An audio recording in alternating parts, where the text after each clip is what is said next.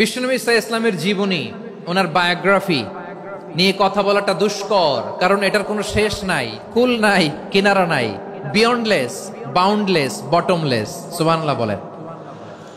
কারণ তিনি তো এমন নবী যিনি হ্যাঁ বললে এটা শরীয়তে হালাল হয়ে যায়। নবীর মুখ দিয়ে যদি বের হয় হ্যাঁ, নাম, ইয়েস, তাহলে এটা হালাল। ঠিক কিনা বলেন? এ নবীর মুখ দিয়ে যদি না বের হয় যে না, নো, তাহলে এটা শরীয়তে হারাম হয়ে যায়। কেমন নবী আমরা পেয়েছি, যিনি হ্যাঁ বললে হালাল, না বললে হারাম, যিনি সাব্বাবা, এই আঙ্গুলি উপরের দিকে উঁচু করলে চাঁদ ভেঙে দুই টুকরা হয়ে যায়, যে নবী জমিন থেকে পা উঁচু করলে আল্লাহর আরশে মেরাজে চলে যায়, এমন নবীর উম্মত আমরা হয়েছি। যে নবীকে বাদ দিলে কোরআন বোঝা যায় না, কারণ এ নবীর উপরই কোরআন নাজিল করেছে কে? এ নবীকে বাদ দিলে হাদিস বোঝা যায় না, কারণ হাদিস তো এ নবীর মুখনিসৃত পবিত্র বাণী। সুবহানাল্লাহ পড়েন। এ নবীকে বাদ দিলে জান্নাত চিনা যায় না, কারণ জান্নাত তিনি চাক্ষুষ দেখে এসে আমাদেরকে মেরাজ শেষে বর্ণনা করে শুনিয়েছেন। এ নবীকে বাদ দিলে জাহান্নাম চেনা যায় না, এ নবীকে বাদ দিলে আমার রবকে চেনা যায় না। ঠিক কিনা বলেন? তো বিশ্বনবীর 5টি বৈশিষ্ট্যের কথা আল্লাহ তাআলা এই সূরাতে উল্লেখ করেছেন। আল্লাহ রাসূল সাল্লাল্লাহু আলাইহি ওয়াসাল্লাম যখন মক্কাতে দাওয়াত দিচ্ছিলেন, মক্কার কুরাইশরা নানাভাবে বিষ্ণু ঈসা ইসলামকে কষ্ট দিচ্ছিল, নানাভাবে ট্যাগিং করছিল, মিথ্যা অপবাদ দিচ্ছিল। কখনো কখনো তারা বিশ্বনবীকে বলছিল মিথ্যাবাদী, কাযযাব। কখনো বলছিল যে তুমি হচ্ছে জাদুকর, সাহির। কখনো বলেছে শায়ের, মুহাম্মদ তুমি কবি। কখনো বলেছে কাহেন, মুহাম্মদ তুমি গণক। এবং কখনো বলেছে মুহাম্মদ তুমি হচ্ছে মাজনুন, মানে পাগল।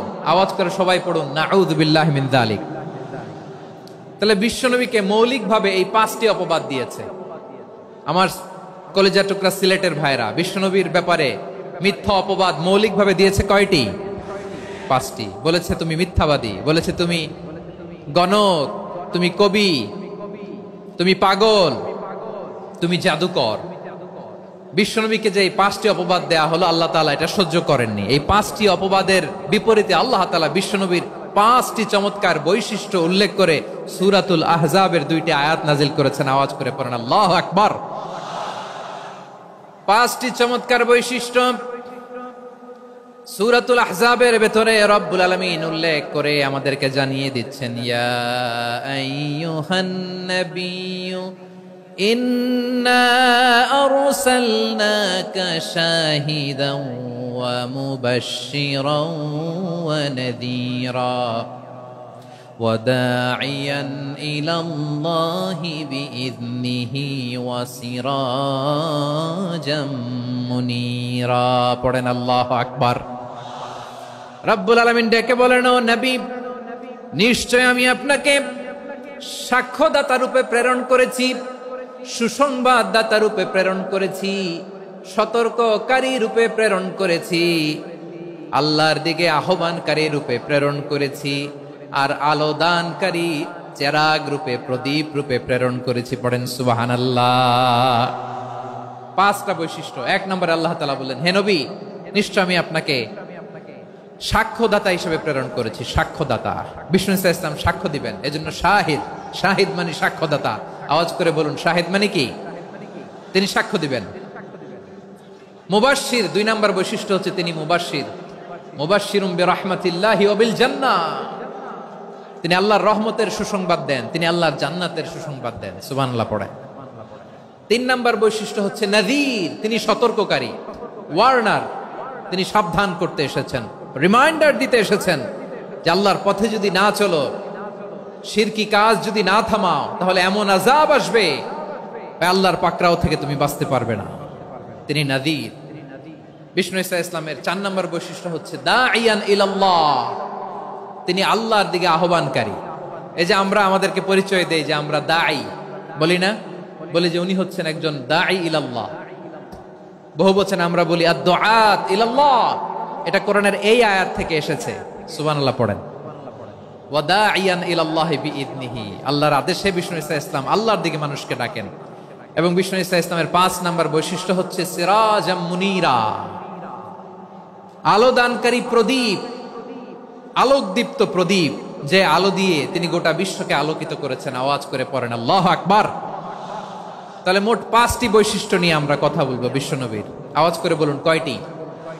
1 নম্বরে হচ্ছে শাহিদ, বিশ্বনবী সাক্ষী দিবেন। কি দিবেন? He will be witness for all prophets and for us. তিনি নবীদের উপরও সাক্ষী দিবেন, আবার উম্মতের উপরও সাক্ষী দিবেন। সুবহানাল্লাহ পড়েন। কিয়ামতের দিন আল্লাহ তাআলা প্রত্যেক নবীকে জিজ্ঞেস করবেন যে তুমি কি তোমার উম্মতের কাছে আমি যা যা পৌঁছাতে বলেছিলাম পৌঁছিয়েছো? নবীরা বলবে আল্লাহ আমি পৌঁছিয়েছি। নবীদের কথা ঠিক কিনা, সত্য কিনা, এর সপক্ষে তখন বিশ্বনবী সাক্ষী দিবেন। সুবহানাল্লাহ পড়েন। এজন্য রব্বুল আলামিন বলেন ফাকাইফা ইযা জিনা মিন কুল্লি উম্মাতিন বিশাহীদিন ওয়া জিনা বিকা আলা হাউলাই শাহীদা। তখন কেমন হবে যখন প্রতিটি উম্মত থেকে আমি একজনকে সাক্ষ্য হিসেবে বের করে আনবো, আর তাদের উপরে নবী আমি আপনাকে সাক্ষ্য বানাবো। পড়েন সুবহানাল্লাহ। তাহলে সব উম্মতের ব্যাপারে সেই উম্মতের নবীরা সাক্ষ্য দিবে, আর ওই নবীদের উপরে আমাদের নবী বিশ্বনবী সাক্ষ্য দিবেন। সুবহানাল্লাহ পড়েন। এজন্য বিশ্বনবী হচ্ছেন শাহিদ। শাহিদের আরেকটা ব্যাখ্যা হচ্ছে বিশ্বনবী সাল্লাল্লাহু আলাইহি ওয়াসাল্লাম আমাদের সাক্ষীর উপরে তিনি সাক্ষী দিবেন। তিনি নবীদেরও সাক্ষী, আবার আমাদের উপর উম্মতের উপরও সাক্ষী। সুবহানাল্লাহ পড়েন। রব্বুল আলামিন বলেন وَكَذَلِكَ جَعَلْنَاكُمْ أُمَّةً وَسَطًا لِتَكُونُوا شُهَدَاءَ عَلَى النَّاسِ وَيَكُونَ الرَّسُولُ عَلَيْكُمْ شَهِيدًا। আর অনুরূপভাবে আমি তোমাদেরকে মধ্যমপন্থী উম্মত হিসেবে তৈরি করেছি, প্রেরণ করেছি। ব্যালেন্সড উম্মাহ, মধ্যমপন্থী উম্মাহ হিসেবে প্রেরণ করেছি, যাতে করে তোমরা সবার উপরে সাক্ষ্য দিতে পারো, আর যাতে তোমাদের নবী হতে পারে তোমাদের উপরে সাক্ষ্যদাতা। পড়েন সুবহানাল্লাহ। আমরা হচ্ছি ব্যালেন্সড উম্মাহ, আমরা সবার ব্যাপারে সাক্ষ্য দিব, আর আমাদের উপর সাক্ষ্য দিবে স্বয়ং বিশ্বনবী। সুবহানাল্লাহ পড়েন।